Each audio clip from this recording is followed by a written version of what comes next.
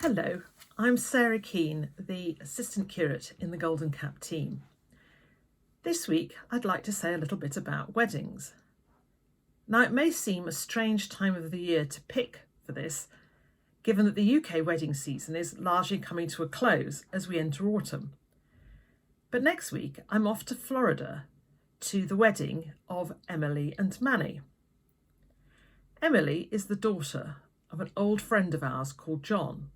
In fact, John was the best man at my husband and my wedding.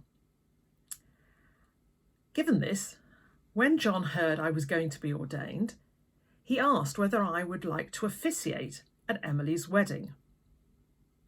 So a few months ago, I trotted off to the Diocesan Director of Ordinance, Nigel, who oversees the training of ordinands and curates, and asked him whether this was possible. Nigel sighed deeply and explained to me all the reasons why this would not be possible. For a start, in my first year after an ordination, I'm a deacon. Some of you will have noticed, if you've come to services, that I wear my stole tied to one side.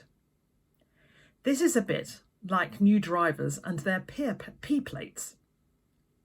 Although a driver has passed their test and is licensed to drive, the P-plate warns other road users that they're quite new to this, so they need to be careful. And in a sense, my tying my stole is the same thing for congregations, just pointing out that I'm quite new to all of this.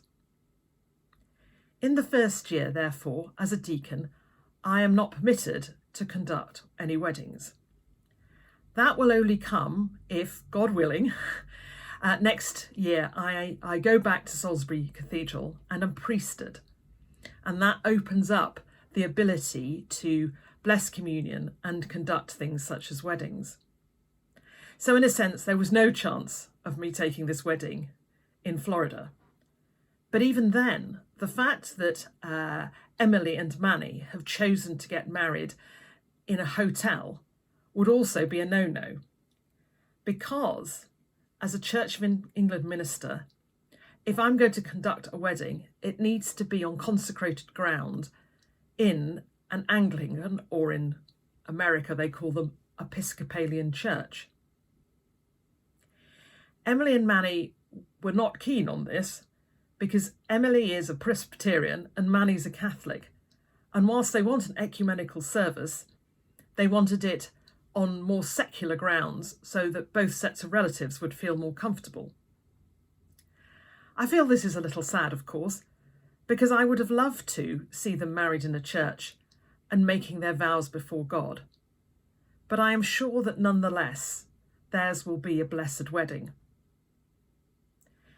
There were some thoughts originally that they'd get married in the garden of the hotel, but they fortunately retired inside, given that this is the hurricane season in that part of America.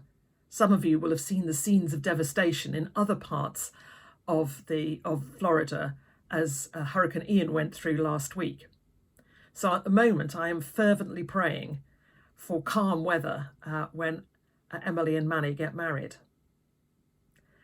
But marriage is very much a theme of the New Testament. There are parables where it's clear that Jesus sees himself as the bridegroom and the church as his bride, showing both his closeness to us, but also the close bond he views marriage as being, as the best way of describing the love and closeness he feels to all of us within the church. His first miracle, as you will recall, was at the wedding at Cana, where he turned the water into wine. No doubt a popular move with the guests.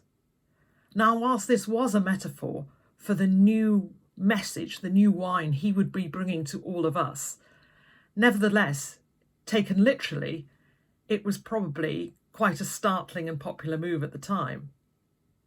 I've been assured by John that the alcohol will be plentiful at Emily and Manny's wedding, and that no miracles will be required, even though, needless to say, I would probably never be worthy and capable of doing that.